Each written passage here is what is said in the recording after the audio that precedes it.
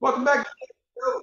My name is Robert. This is my pal Susan. We are in Austin. We're together. That's pretty cool.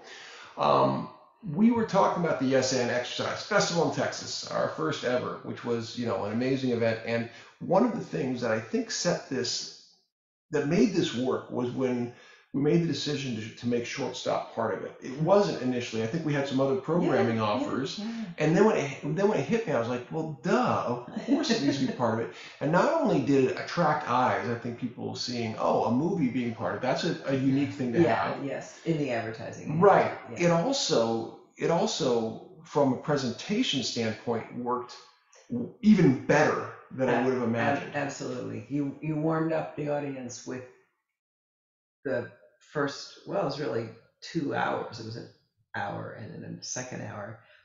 And a lot of it was not quite foreshadowing to the film, Right. but it was the things that mattered in the film that came out in the film is what we did. Yeah. And as we talked and told stories, and then we saw those moments. And So yeah, the structure of it, just the way you described it, is so interesting because yes, what people saw was the end result of what was told in the film before the film. So and this goes back to story.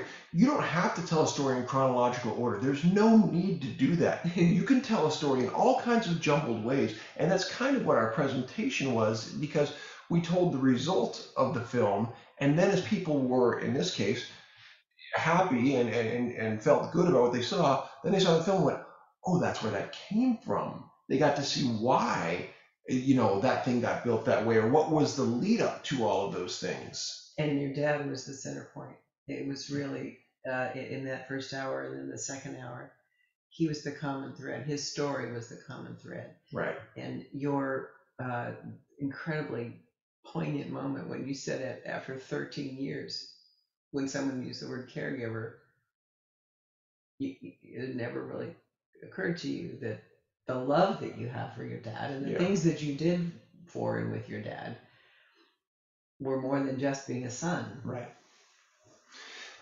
The greatest comments, and there were several of them that came out of what was the best Q&A we've had.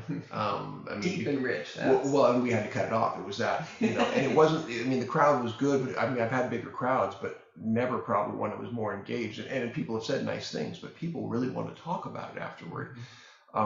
They complimented the family, and that means the world to me. That they said, "I love your family," and again, what that tells me is we're representing something that people want more of. People look at a family and say that's a family I like to see. That's something I want. The values that are being passed, the way you're treating each other.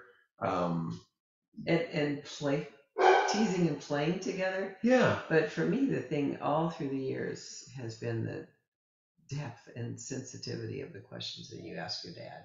And actually, you ask everybody, including me, on the daily dose. I don't know. I think it's you. I just think it's how you're made, and there's a kindness when you ask those questions. It's not ever anything less than beautifully intentioned, so it makes it easier to answer them. that's nice you said that because people have asked me before it's come up because I do ask some deep questions at times. And I mean, no less a person than a couple of my good friends. You'd say, Dan, I've known you for years. Does this ever get uncomfortable? Because this is going to be shared, and this, that, and the other. He says, Bob makes it easy. Oh, And to hear my dad say that he trusts me, is what he's saying. Yes, exactly. Right? Exactly. He yes. says, yeah, I'm going to hand my life story to you because you're gonna put it up in a way that's good.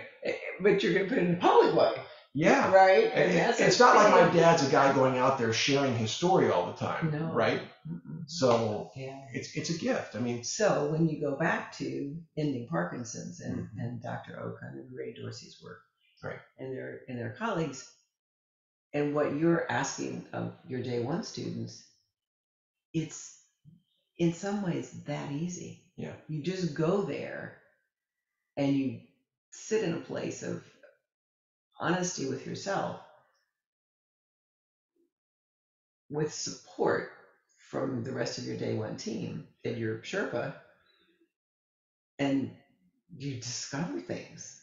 That is the process of storytelling in day one, right? And so now we're in that place, and we could probably talk about this in our next episode to say, how do we execute on this? And what I liked yesterday, it came out yesterday, was, we went directly to the people to say, we need you.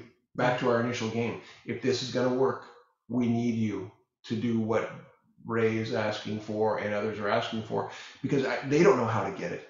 We know how to get it. We can get the story from you if you're willing to walk this. It's going to be work. There's no magic pill. I'm not going to write it for you. However, if you're willing to do the work and you understand the value of it, not just for you, but for the community, the return with Elixir, we can do that. And we'll talk about it on your next Daily Dose. This is going to take a minute. Watch this. Slowest inning ever for our Daily Dose.